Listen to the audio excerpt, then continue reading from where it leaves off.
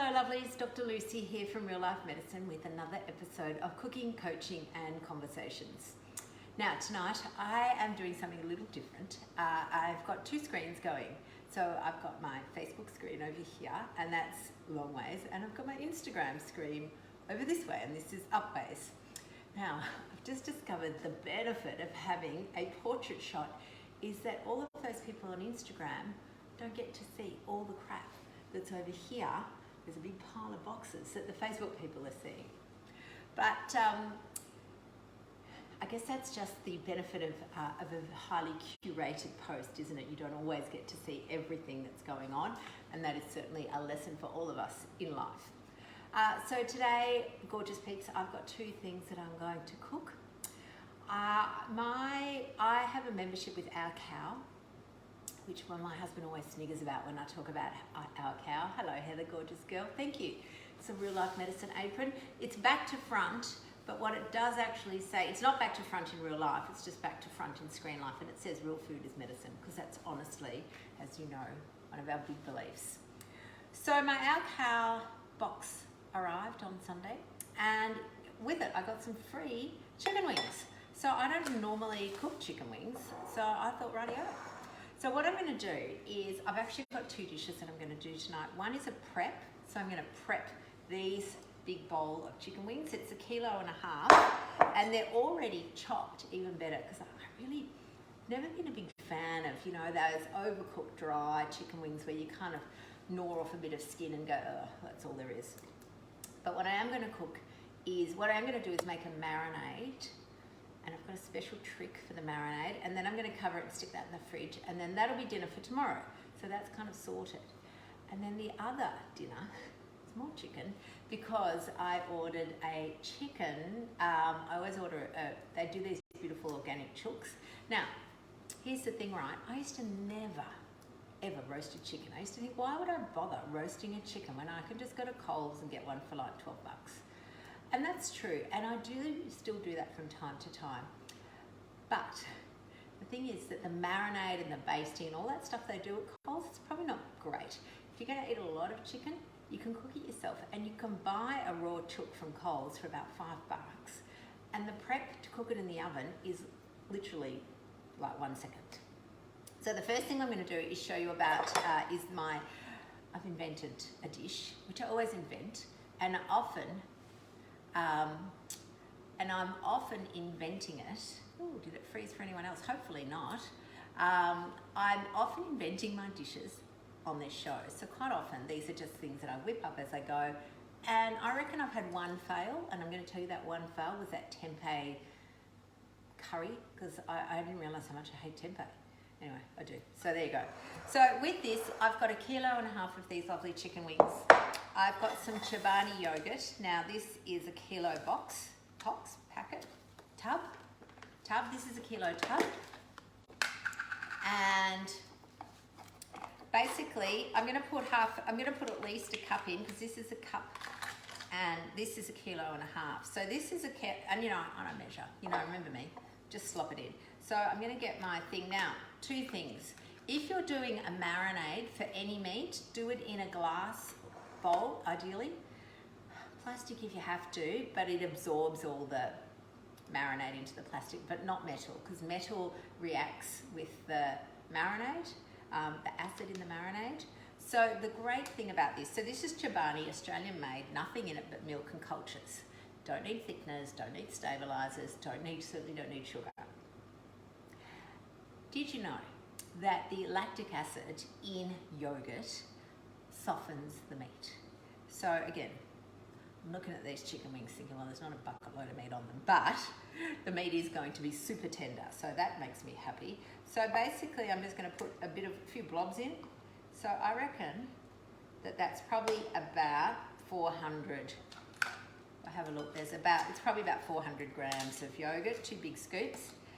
And then, as you know, I'm always looking for a shortcut. So, two things. So it's going to be a tandoori type marinade. So I went into my trusty cupboard and found this old jar of tandoori seasoning. I thought, oh, apart from the fact it's about 5 years out of date, and I have to put my specs on to show you this because it is seriously tiny, tiny writing.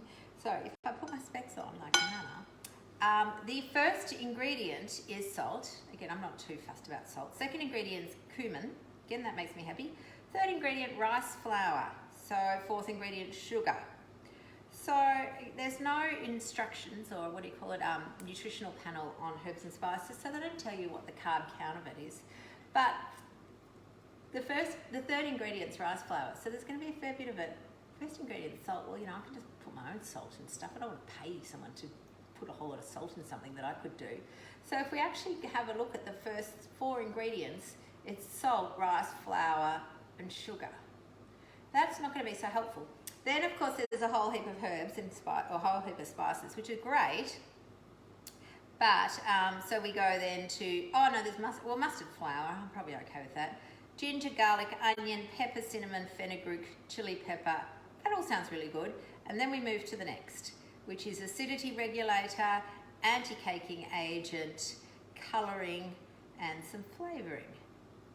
Really doesn't sound much like a real food product at all. So fortunately, I obviously haven't used this because it was best before about 1980. So that's going to go in the bin.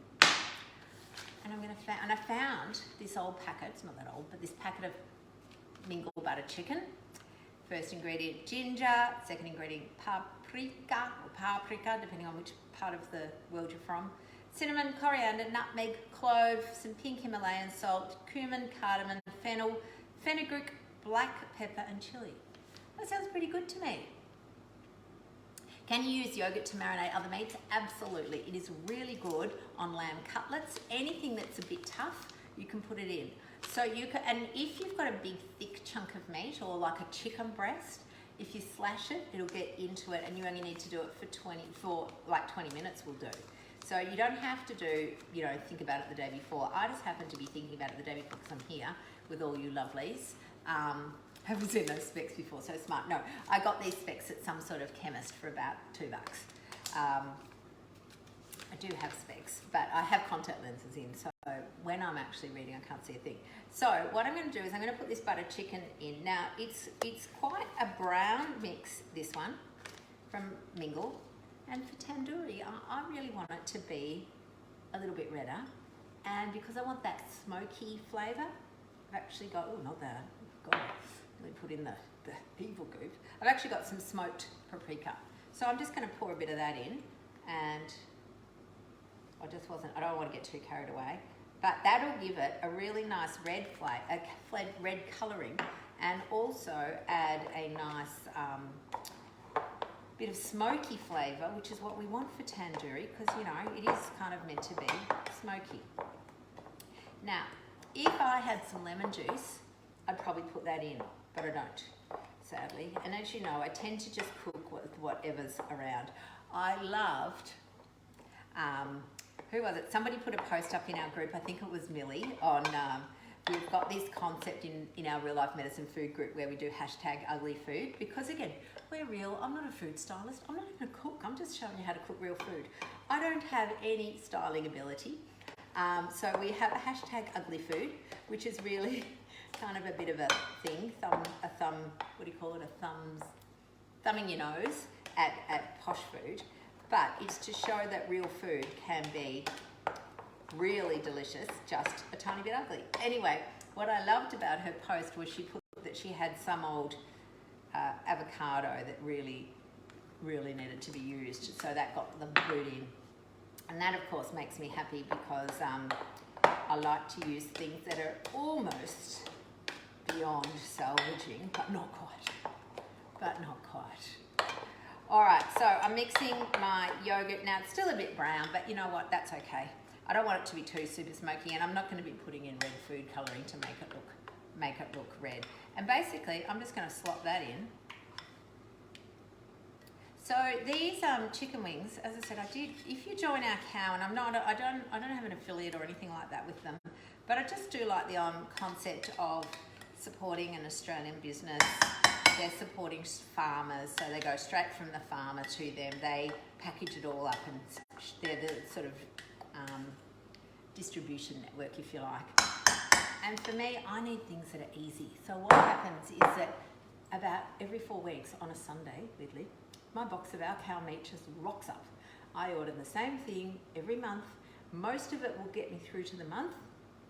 And if some of it's a bit like, if I wasn't cooking these 2 chicken dishes tonight, in fact, I had chicken thighs as well, and they've gone into the freezer because the chicken just doesn't last a month, but beef does. It's all vacuum packed, so it just lasts forever.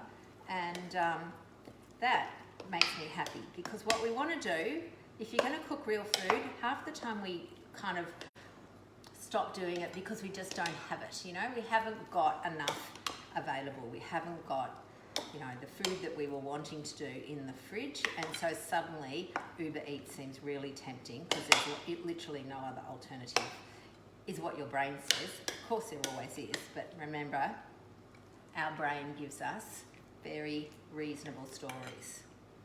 So that's basically, so I'm just going to cover that. I won't do it right now because I'm pretty sure you don't want to waste your time watching me put claret on a bowl, but that's it basically, and then that'll go into the fridge.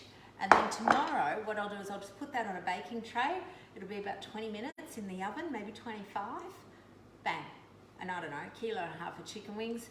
I'll let you know how they go. I'll take a picky, obviously.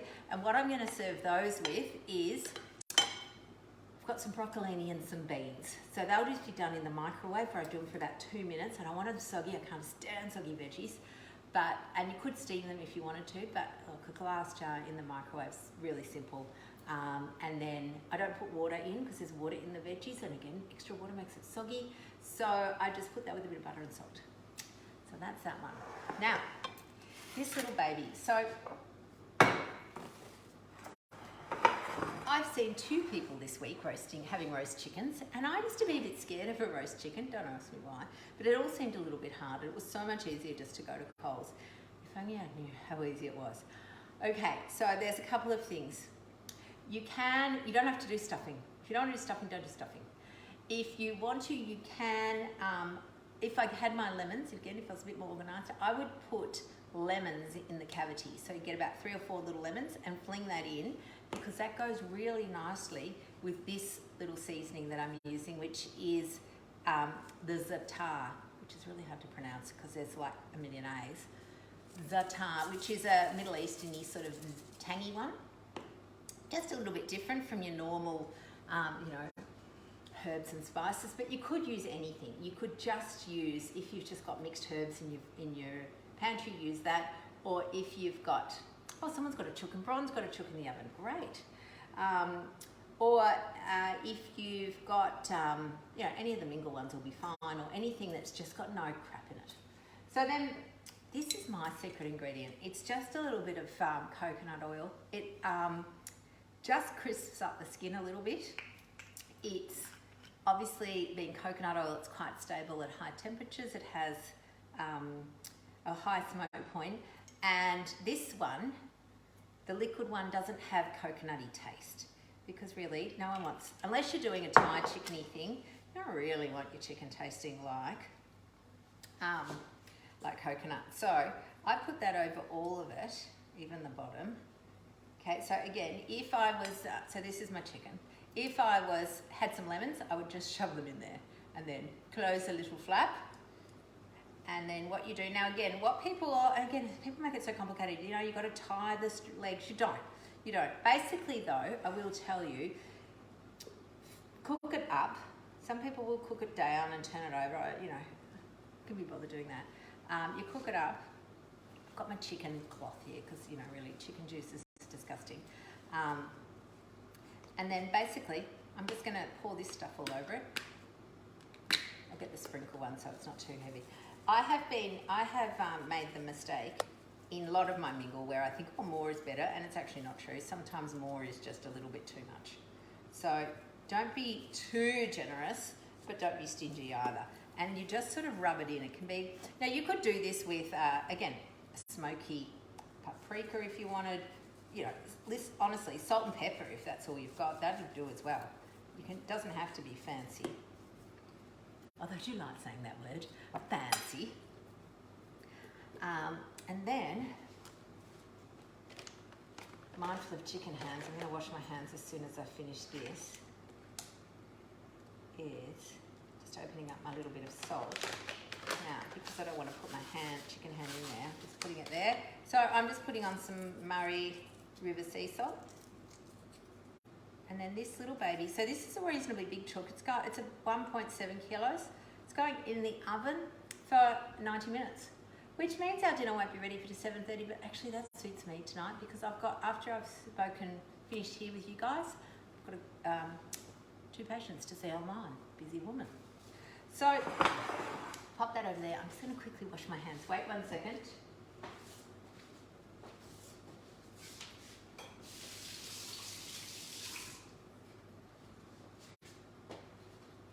I probably should have chopped the veggies first because then that would have eliminated the hand washing need. So again, so I'm just going to do some roast veggies. Somebody the other day was asking in our group, what veggies do you do? You can certainly do, because traditional roast veggies were all about the root veggies, the pumpkin, the parsnip, the potato, the sweet potato, beetroot, all of those. You don't have to do root veggies. You can do zucchini. That goes beautifully, which is what I'm doing. And the key, don't cut them too fine unless you want zucchini mush. So, and chunky cooking, or as I like to call it, rustic cooking, certainly suits me. So definitely do that.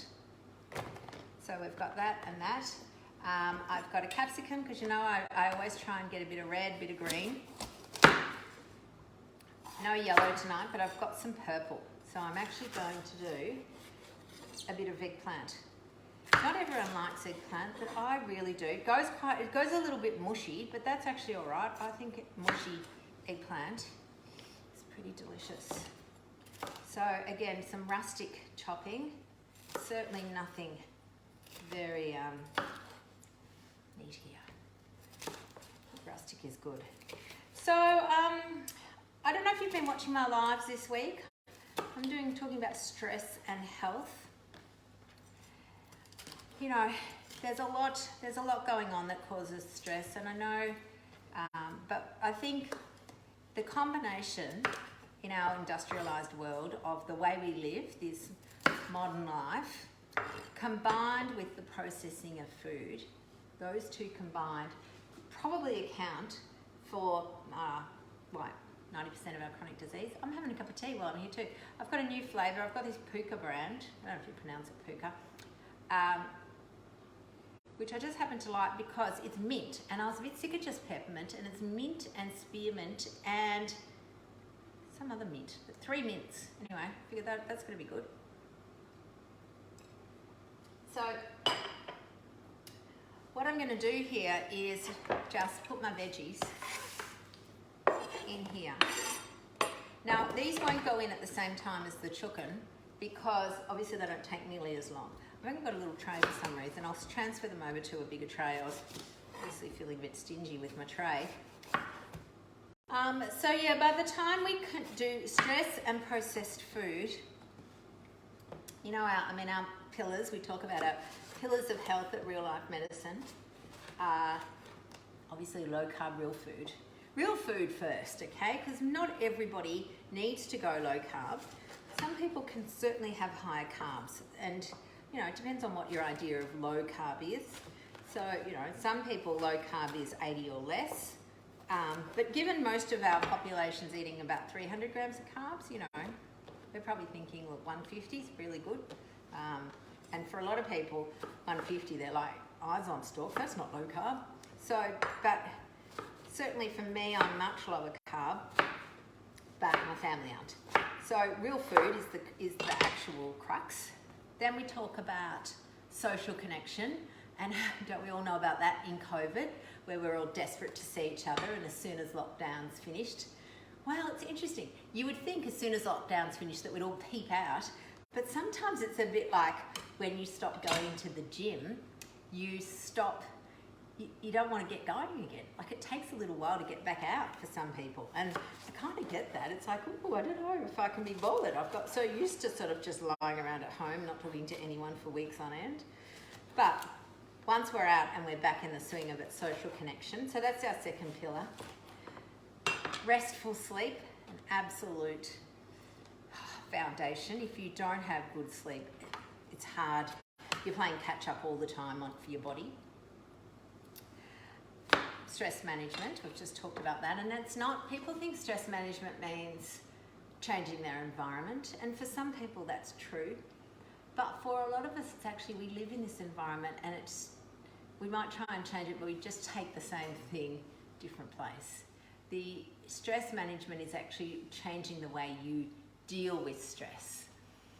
Carolyn was thinking online shopping at Kitchen Warehouse. Not sure, I've missed the top of that. I've got some big thing over my message that's telling me my battery's low, which then means I can't actually think. Oven temp for chicken wings, 160 normal, or normal, fan forced, 180 normal.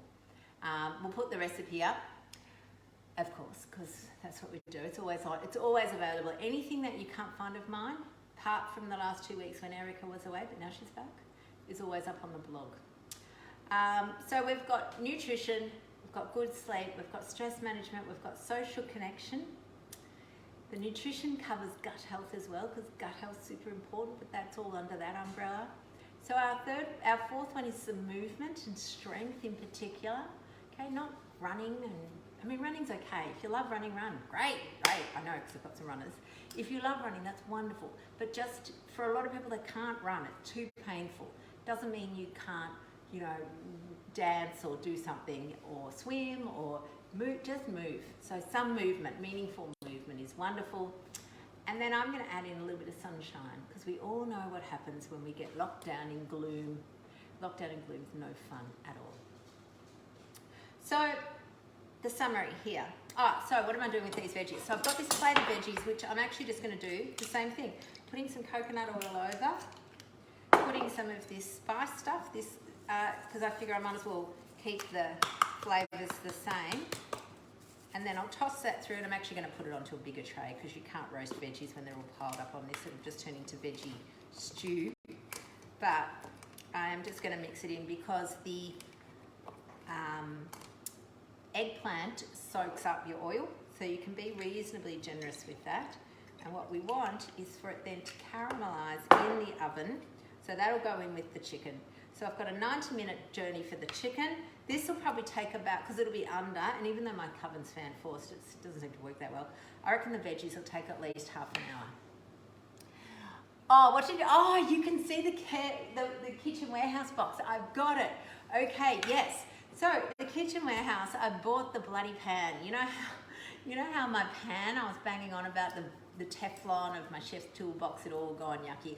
So I bought a pan online. It was really good. They delivered it quickly. It's beautiful. The pan's great. The problem for me is it's cast iron and it's just really heavy. So with my muscles, it's not so helpful. So I can't, it's even heavy to bring it over here to do the cooking show, which is a bit sad.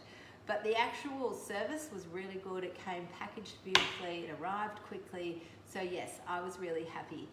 I'm hoping also, and maybe you girls can give me a tip, or guys, if you're on here, a tip on cast iron pans. So it's seasoned, and the seasoning means so I've washed it a few times. I season it again with some coconut oil, and so I wash it and I dry it and I put on the coconut oil, but it still sticks. It still sticks for me. It's still not that great. And I'm thinking, so I tried to cook an omelette the other day, and I don't know, it just all stuck to the bottom. So I would love some tips, if anybody can give me a tip on using a cast iron pan where you cook an omelette and it doesn't stick. Maybe I had the pan too hot. Not quite sure what the solution is there, but I would love. They stick for me too. Yes, Nick. I'm doing the bloody seasoning. I don't know. Does it just build up? Maybe I need to wait a bit long. Maybe I'm just a bit impatient. So lovelies, the summary of this will all go in the oven. I'm going to put a picture up later for you. It's roast veggies with a roast chicken. Here, the chicken, I've done no stuffing. I don't tie the legs together. All I've done is drizzle some coconut oil on it and some seasoning. It'll go into the oven. It'll be beautiful. I'll keep an eye on it. I don't want it to get too dry. So what I'm actually going to do, this is my secret recipe, is I'm going to put some water at the bottom of this tin, and it steams it up. I know you can cover it. That's another way to do it, just to keep that to stop it from drying out, because who wants a dried old chook? Nobody. And then about half an hour before it's due to come out, I'll fling the veggies in. In the meantime, of course, I can go and do stuff. Like, I'm not a slave in the kitchen, because even though it takes 90 minutes, this is it, all we had to do. The chicken wings, again, I'll put a picture up tomorrow night after we've eaten those, and they'll be in the oven. They'll be beautiful, marinating away. And you can use this yogurt trick on any meat to soften it as a marinade. It needs probably an hour. Like, I'd say you could probably do 15 minutes, but up to 24 hours in a glass jar, not a metal one, with a plastic spoon rather than a metal spoon. I don't think anyone has glass spoons, they would be dud. Good. Cocoa Earth, yes, the brand, this cocoa, you can just buy it at Coles, okay? It's not, I don't usually use, I don't know why I say I don't usually use it. I do sometimes use this. I also use the solid one. The solid one is less refined. This is refined, and as you know, we're not big fans of refined stuff, but it has the benefit of being liquid at all temperatures and no taste for the other things. So, for occasional use, I'm happy. Remember, with everything, it's all about occasional use and moderation, which actually is not moderation, I hate that word, but balance. So the tricky thing with sugar is it's in everything that we use all the time. So even though it's only little bits, they all add up. There's sugar in the tomato sauce, there's sugar in mayonnaise, there's sugar in barbecue sauce, there's sugar in the bloody bread, there's sugar in peanut butter. There was sugar in this tandoori garbage that I'm throwing in the bin. It just sneaks in everywhere. Whereas something like a refined bit of coconut oil, given the rest of my life is reasonably whole food, I'm okay with that. It's not perfect, doesn't have to be, but we just got to be careful not to allow sneaky stuff in. All right, lovelies, that's it. I've got to go and I've got a call in 2 minutes, so I better go. And I am looking forward to showing you my pictures. I'll put them up tonight and go from there. Have a wonderful evening, lovelies, and I'll see you all tomorrow at 8 a.m. for more on the stress.